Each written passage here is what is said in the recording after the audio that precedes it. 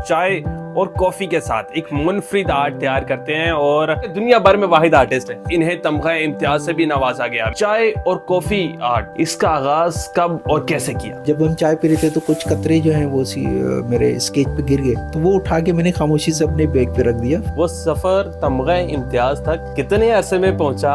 क्या सोचा था? मैंने कभी नहीं सोचा था कि मैं कोई इतना बड़ा काम कर पाऊंगा। ये इसमें अल्लाह की जो है वो मर्जी है।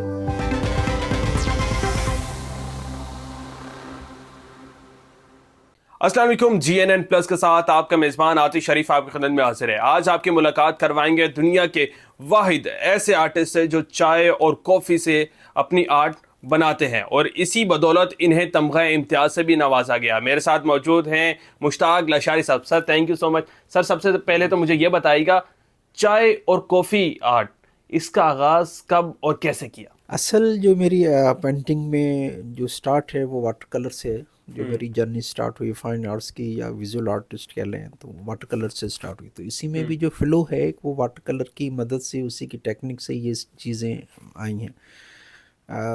आउटडोर हमने काम बहुत किया। मेरे अपने सीनियर्स के साथ जाके हम काम करते थे, आउटडोर प्लेन एयर पेंटिंग करते थे।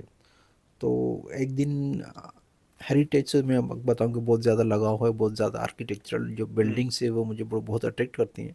तो उसके साथ फिर हम जब संडे के दिन हम गए, अक्सर संडे के दिन काम करते थे सीनियर आर्टिस्टों के साथ। तो एक दिन मैं काम कर रहा था तो बीच में कुछ चाय भी अक्सर हम पीते हैं रिफ़्रेश होने के लिए काम के दौरान।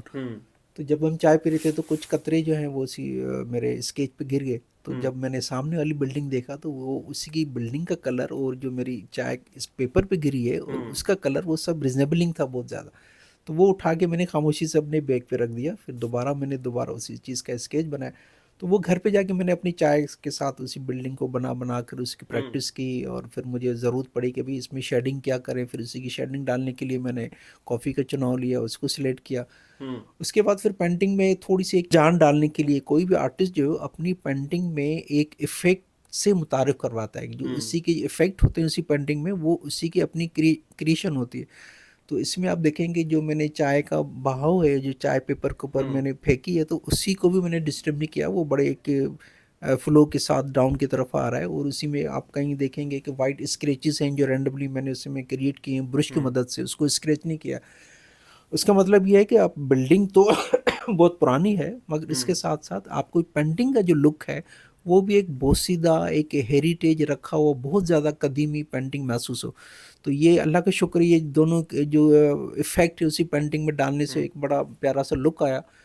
उसके बाद फिर मैंने प्रैक्टिस करने के बाद जब देखा कि ये बड़ा बहुत अच्छा एक कामयाबी की तरफ मुझे कुछ इशारा मिल रहा है, तो फिर सारी जो जितनी भी लैंडमार्क बिल्डिंग है कराची हेरिटेज बिल्डिंग, उनकी मैंने पहले फ़ोटोग्राफ़ी की। फ़ोटोग्राफ़ी करने के बाद फिर उनको मल्टी जो है वो इमेज मैंने सेलेक्ट की, जिसमें टॉम भी है और आर्किटेक्चर बिल्डिंग है, कुछ स्ट्रीट व्यू हैं, कुछ गैलरीज बड़ी खूबसूरत बनी हुई हैं।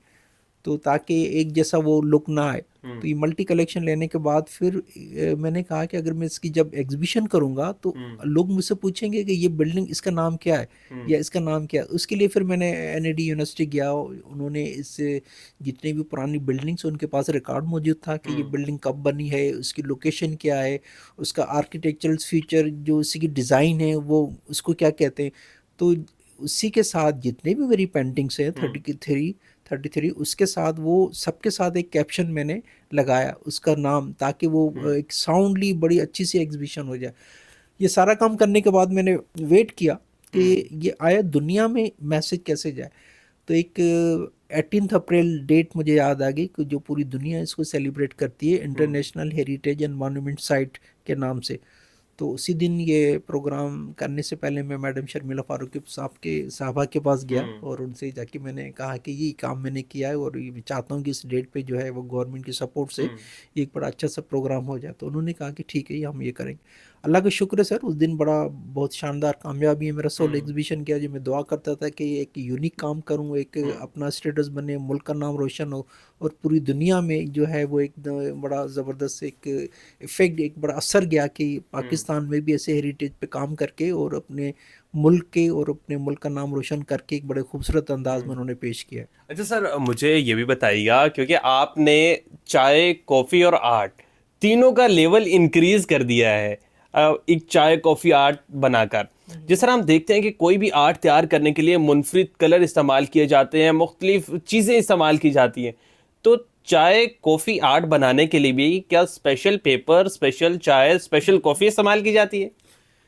चाय वो है जो हम पीते हैं, कॉफ़ी वो है जो हम पीते हैं, बस फ़र्क ये है कि वो उसमें शुगर फ्री यूज़ करता हूँ और जो मैं पीता हूँ वो शुगर के साथ पीता हूँ। पेपर इनका जो ब्रांडेड है वो इम्पोर्टेड पेपर है, वो लोकल पेपर नहीं है, और ये एसिड फ्री पेपर है, जिस पे काम करने के बाद वो उसी पेपर जो इस सारी चीज़ों को एब्जॉर्ब कर लेता है, जिसमें उसकी परमानेंट ही आती है कि वो लॉन्ग लाइफ तक जो वो पेपर ख़राब नहीं होता। और दूसरे चाय और कॉफ़ी का चुनाव मैंने इसलिए किया कि जो हमारी कराची की हेरिटेज बिल्डिंग्स है उनका जो स्टोन कलर है वो उस चाय और कॉफ़ी से बहुत रिजेबलिंग है, बहुत करीब तर है, तो इसी वजह से उनका लुक जो है आप खुद देखेंगे कि वो इस तरीके से आता है।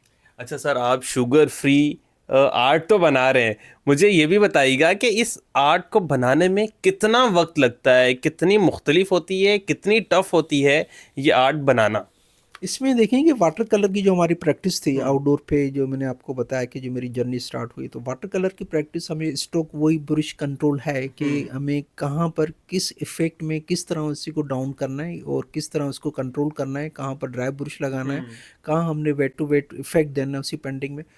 तो ये सारी चीज़ें तो अल्हम्दुलिल्लाह पहले ही थी, तो ये भी वाटर बेस्ड पेंटिंग है, तो चाय और कॉफ़ी में भी आप देखेंगे वो उसमें वाटर यूज़ होता है, तो इसी वजह से फ्लो तो वही है, बाकी सिर्फ ये है कि वो डिफरेंट ज़रूर है कि चाय और कॉफ़ी के नाम से ये सिलसिला चला है। सर मुझे ये भी बताइएगा, चाय कॉफ़ी आर्ट से जो सफ़र शुरू हुआ, वो सफ़र तमगा इम्तियाज़ तक कितने अरसे में पहुंचा? क्या सोचा था, क्या प्लानिंग्स थी कि आपने तमगा इम्तियाज़ तक पहुंचना है, या मंजिल अभी भी दूर है? मैंने कभी नहीं सोचा था कि मैं कोई इतना बड़ा काम कर पाऊँगा, ये इसमें अल्लाह की जो है वो मर्ज़ी है, उसी की लोगों की दुआएं हैं, मेरे जितने भी शागिर्द हैं जिनको मैं काम सिखाता हूँ या जो बच्चे बच्चियाँ हैं, उन सब की दुआएं शामिल हैं इस मंजिल और इस स्टेज तक पहुँचने में। बस मैंने कभी अपनी हिम्मत नहीं हारी, अपनी मेहनत जो है, लगन जो है वो उसको कंटिन्यू रखा, मगर माइंड में कभी ये नहीं सोचा कि मैं कोई इतने बड़े तमगे मुझे मिलेंगे या इतना बड़ा अवार्ड मिलेगा। काम पे ज़रूर फोकस था, बस काम पे फोकस करने की वजह से अल्लाह राज़ी हो गया, और जो मेहनत किसी की रायगा नहीं जाती, तो ये चीज़ फिर हो गई। 2016 में मैंने सोलो एग्जीबिशन की थी, 2023 में अनाउंसमेंट हुई मेरे लिए तमगे इम्तियाज़ की, और 2024 में मुझे वो गवर्नर हाउस में ये तमगा मिल गया। अच्छा सर, मुझे ये भी बताइएगा, चाय कॉफ़ी जो आर्ट है, एक आर्ट बनाने के लिए कितना वक्त दरकार होता है, कितना टाइम लगता है? क्या अब भी चाय कॉफ़ी आर्ट आप लाइव जाके स्ट्रीट में खड़े होके तैयार करते हैं? ऐसा ही है, और इसमें देखिए वक्त आपको कितना वक्त है, पेंटिंग इतना वक्त नहीं मांगते, आपके पास कितना वक्त है, आप कितना दे सकते हैं, ये पॉइंट है। तो एक पेंटिंग तो अल्हम्दुलिल्लाह अल्लाह का शुक्र है कि 2 भी बन सकती हैं एक दिन में, 3 भी बन सकती है, और ना बनने के लिए आए तो एक भी नहीं बन सकती। ये सारा डिपेंड करता है आपके पास कितना वक्त है। तो इंशाल्लाह मेरा ये इरादा है कि कराची सीरीज़ करने के बाद पाकिस्तान के और जितने बड़े शहर हैं, जैसे लाहौर है या पेशावर है, तो उनकी भी जितनी हेरिटेज बिल्डिंग्स है उनका भी मुझे काम करने का इंशाल्लाह इरादा है, और दुआ करें कि आप मैं इंशाल्लाह वो भी अचीव कर पाऊँ। चाय और कॉफ़ी के साथ एक मुनफरिद आर्ट तैयार करते हैं, और हम ये कह सकते हैं कि वाहिद आर्टिस्ट हैं पाकिस्तान में, बल्कि दुनिया भर में वाहिद आर्टिस्ट हैं। अल्हम्दुलिल्लाह अल्हम्दुलिल्लाह, अल्लाह ने ये बड़ी इज़्ज़त रखी है कि मैं दुनिया में पहला एक चाय और कॉफ़ी के साथ जो सोलो एग्जीबिशन कर चुका हूँ, वो मेरी पहली सोलो एग्जीबिशन। बिल्कुल जी, हमारे साथ मौजूद थे मुश्ताक लाशारी साहब। आज हमने इस स्टोरी में आपको दिखाया कि किस तरह मुश्ताक लाशारी साहब चाय और कॉफ़ी के साथ एक मुनफरिद आर्ट तैयार करते हैं। तो इसी स्टोरी अपने मेज़बान आतिश शरीफ को दीजिएगा इजाज़त, मिलते हैं किसी नई स्टोरी में, तब तक के लिए अल्लाह निगहबान।